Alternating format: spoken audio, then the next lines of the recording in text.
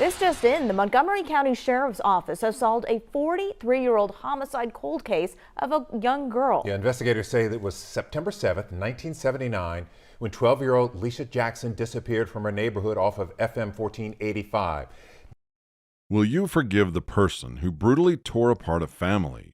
How would you handle waking up each day not knowing who was responsible? These are just some of the questions asked by families of victims and cold case investigators. Harder to understand is how the killer faced justice before another case was solved. For over 43 years, the family of Lesia Michelle Jackson remained in the dark until new evidence shed light on a cold case that remained one of Montgomery County's oldest and highest-profile investigations. With improvement in DNA evidence research methods, the answers to the tragic end of a beautiful life have finally been answered. And today, our cold case takes us back to the autumn of 1979 in the city of Conroe, Texas. Conroe, named after Union cavalry officer and lumberjack Isaac Conroe, sits 40 miles north of Houston. It has the perfect mix of laid-back starry nights and bustling city lights. There is a little bit for everybody, lover of all things relaxing, shopping, theater, and a good old brew to cool off from the southern heat. The town has had its fair share of disasters, with several epidemics and 2 fires that nearly destroyed the newly founded town. The strength of its people shines through in its ever-growing popularity as a family-friendly hometown. A little bit of Conroe folktale was that the infamous couple, Bonnie and Clyde, took some time out to hide in a Conroe hotel during one of their many bank-robbing sprees. Its close proximity to Mexico makes Conroe a cultural melting pot for the adventurous. With that being said, it is perhaps most famous as being the home of Lake Conroe, a 22,000-acre lake that attracts visitors who enjoy the outdoors and water sports in particular. Boating, fishing, and swimming are just some of the attractions this charming place of Montgomery County has to offer. It was the very allure of a cooling swim in one such lake that attracted 12-year-old Lesia Michelle Jackson and her 2 older brothers, Sean and Larry, on a hot summer day in September 1979. Lesia was a student at Washington Junior High, described as a shy girl who enjoyed swimming in the company of family and friends. Lesia was a kid exploring the freedom offered to young people at the time. She wore large horn-rimmed glasses, had blonde hair, and was said to be well-behaved, a good student, and happy by her parents. On September 7, 1979, Lesia, along with her brothers, their cousins, and friends, made their way to Wildwood Lake, a lake contained within the subdivision of Lake Wildwood in Conroe. It was considered a safe place, as people who frequently used the lake and swimming pool area were most often from the subdivision itself. After a long hot day at school, an afternoon swim was the ideal way to unwind as the group swam and splashed until around sunset at 7 p.m. The group was getting ready to leave, but Lesia wanted to spend a little more time. Thinking nothing of it, her brothers made their way home. When asked by their mother, Laura Kay, where Lesia was, they simply told her she'd be back in a few minutes. Laura, however, was worried because she knew her daughter would not wander far away from her brothers. Lesia's mother and stepfather, Charles Hirsch, decided to walk down to the pier and the swimming pool area to find her, but she had simply vanished. Fearing something had happened, they both began their search by driving around the streets of the subdivision, and thereafter visiting the homes of the cousins and friends who had been with Lesia that afternoon. She was nowhere to be found. Fearing the worst, Laura and Charles decided to call and report Lesia as missing to the Montgomery County Sheriff's Office. About 2 hours later, Sheriff Deputy L.B. Robinson arrived at Lesia's home and began his investigation.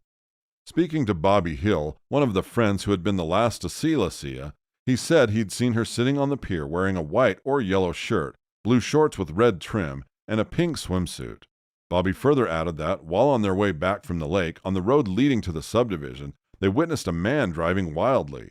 He was able to describe the vehicle as being a brown Monte Carlo, being driven by a man who had passed them several times. His driving had been so wild that the friends had to jump out of the way of the car to avoid being run over. After an initial search of the area, Robinson found no trace of Lesia and, fearing she may have been abducted by the man in the brown Monte Carlo, called for backup by additional deputies and was assisted by 24 volunteers from the Cut and Shoot Fire Department. The search continued until midnight, with no trace of Lesia anywhere in the subdivision or surrounding areas. On the next day, September 8, 1979, the Sheriff's Marine Division joined in the search in order to rule out the possibility that Lesia might have drowned. After searching the lake and surrounding wooded areas, their efforts came up empty. However, Kirk Hirsch, Lesia's older stepbrother, also joined the search, and while walking the streets, he discovered a pair of horn-rimmed glasses on the corner of Creekwood Street and Deep Forest Drive.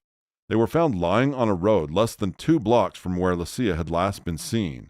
Although the glasses had been damaged and looked like they had been run over by a car, Laura and the family's optometrist would later positively identify them as belonging to Lesia. By then, the family had already prepared for the worst. 6 days later, on September 13th, Exxon employee James Wiley Dawson made a gruesome discovery while out on a work assignment. He had been sent out to fix a pipeline problem along Exxon Road, about half a mile away from the lake, when he noticed the smell of decomposition in the area. Dawson assumed it may have been a dead animal, so he went in search of the animal and discovered the heavily decomposed and brutalized body of a girl. Dawson called Detective Jerry Marsh and Sheriff Lieutenant Joe Little to the scene to investigate. Due to the heat and humidity at the time, the body was found badly decomposed and nude. The area had been cordoned off as evidence was lifted from the crime scene, including crime scene photos, hair samples, and plaster casts of tire tracks found near the body. Lesia's remains were quickly identified as the clothes she was last alleged to be seen in were found scattered near her nude body. The family had been left devastated and did not want to further comment in interviews at the time. Autopsy reports revealed that Lesia had been subject to a brutal assault and was thereafter strangled to death. Samples of semen were found on her shirt, and a gold butterfly necklace was still around her neck.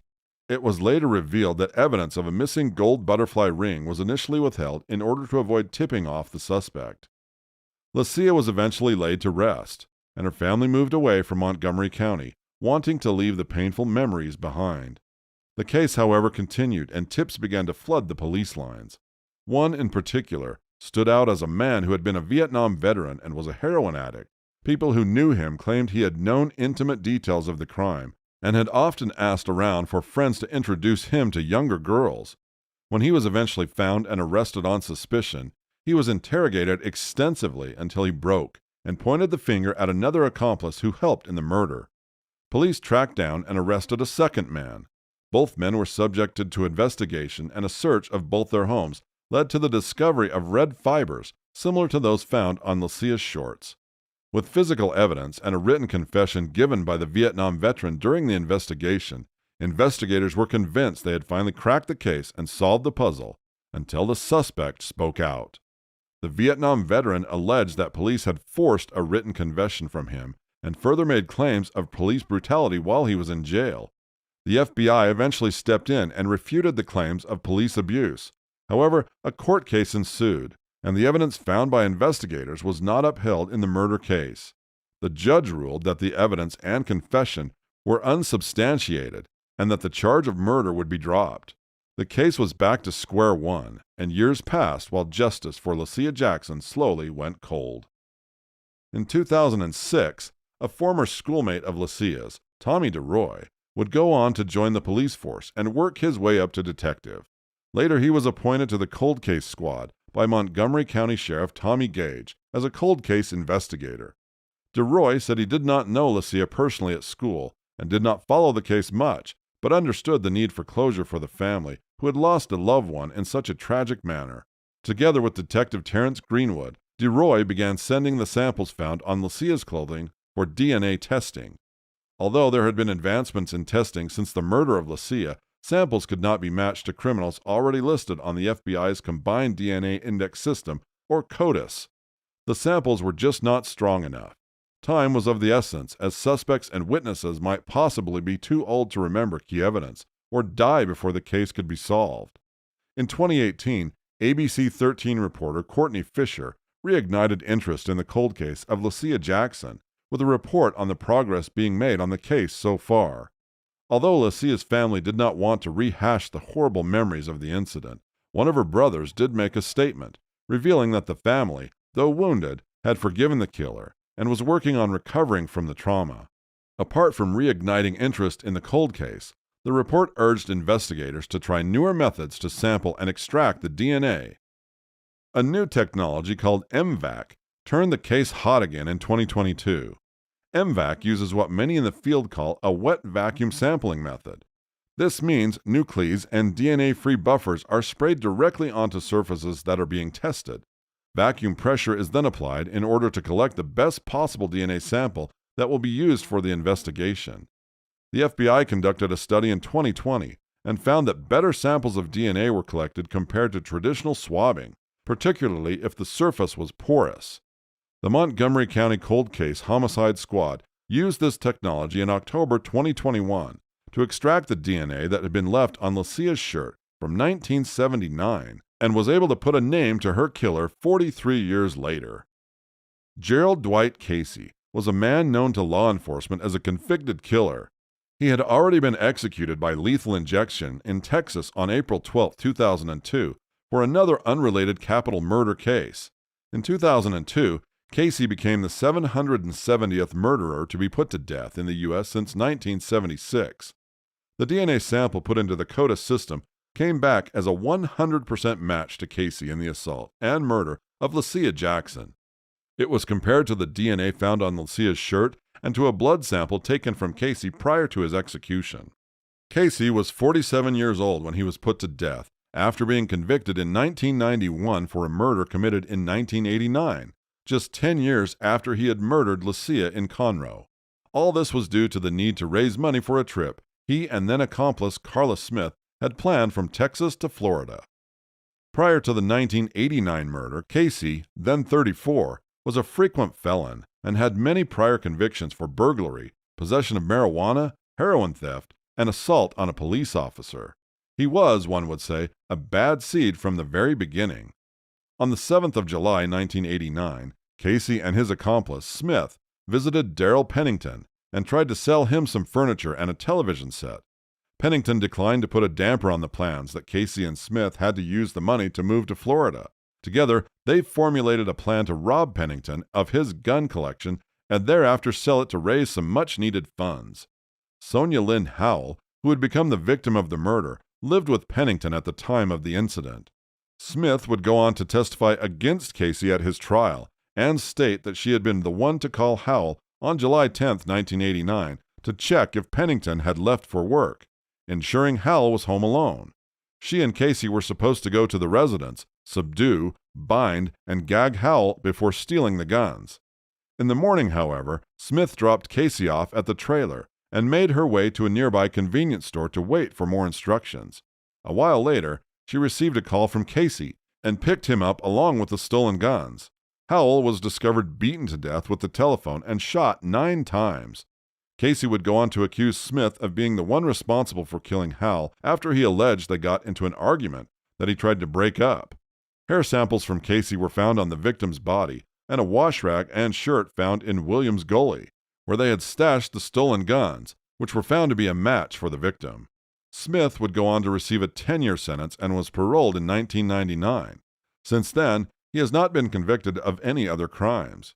Casey went to serve on death row until his execution in 2002.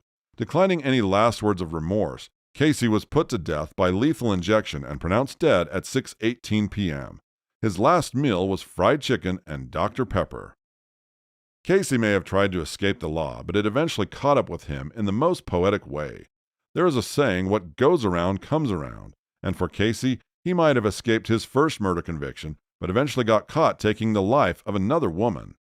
One would never fully understand the evil that drove a man like Casey to commit the crimes he did. To his last day, Casey didn't admit to the heinous 1979 murder. Truly disturbed, Casey took his secret to the grave. For the loved ones of Lesia Jackson, the memories remain bittersweet as Casey finally got his deserved punishment. Since her death in 1979, not much is known about Lesia's family. They have forgiven the man responsible for her murder. The Montgomery County Sheriff's Office officially closed the case, calling it the oldest cold case solved by the county. Investigators' persistence paid off, and a community has finally put to rest a haunting question. With advancements in DNA research and dedicated detective work, more cold cases are sure to be solved. For many, the tale of Lesia Jackson is haunting, as one can see that monsters lurk in the shadows cast by sunshine. Lesia's story has shown us that we can never take our safety and those of others for granted. It is rare to find a cold case that finally sees justice served in a manner such as this, and that begs the question, could there have been a greater force behind the downfall of Gerald Dwight Casey? Could the spirit of Lesia Jackson not stand back and watch another girl go forgotten into the vault of cold cases? Or was it the hard work of detectives and advancement in technology that could possibly help solve some of the world's greatest cold cases in the years to come? Share your thoughts with us in the comments section below. As always, we look forward to hearing from you, our viewers. Until the next case, stay safe and keep watching for mysterious tales.